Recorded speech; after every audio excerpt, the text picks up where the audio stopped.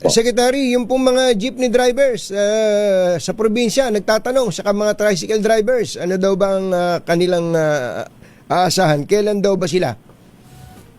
Ang ating mga jeepney drivers po, nagsimula na po tayo pagdating dito sa Metro Manila po, no? Through DSWD, yung cash relief assistance po. At ang DOTR naman po, pagdating sa fuel subsidy, sinisimula na rin po natin yung pagmimigay ng ating mga fuel subsidy pagdating sa ating mga tsuper. Yung mga tricycle drivers naman po, ang pinag-usapan namin ni Secretary Rex Gatchalian, pagkatapos po ng Holy Week, sisimulan na rin po nila ang nationwide distribution ng kanilang 5,000 na cash relief assistance. So sa DOTR naman po, we started Tuesday, last week, pinangunahan po nga ng Pangulo, yan yung pamimigay ng ating fuel subsidy. So as of yesterday po, out of 2.5 billion, nakapag-disburse na po tayo ng halos 700 million. So nationwide po to, tuloy-tuloy lang po ang ating pamimigay. Tapos mamaya nga po, no, meron tayong pamimigay rin ng ating mga fuel subsidy sa ating mga tsuper.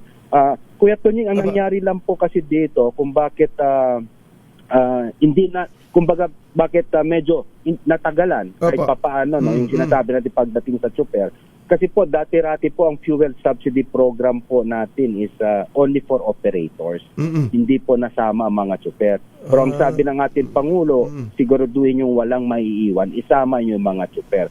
So ang ginagawa namin ngayon, na nagkikipag-ugnayan kami sa mga operators, sinasabi namin na ibigay nyo sa amin yung mga GCash account o Paymaya ng ating mga tsuper upang idiretso namin doon yung pamimigay ng subsidiya para hindi maantala ang kanilang pagbabiyahe. Ngayon, we understand na may mga drivers po, mga tsuper po na walang mga GCash o Paymaya. We're going to hold a special day po para sa payout, para personal naman namin iabot. So yun po yung magiging mechanics po ngayon.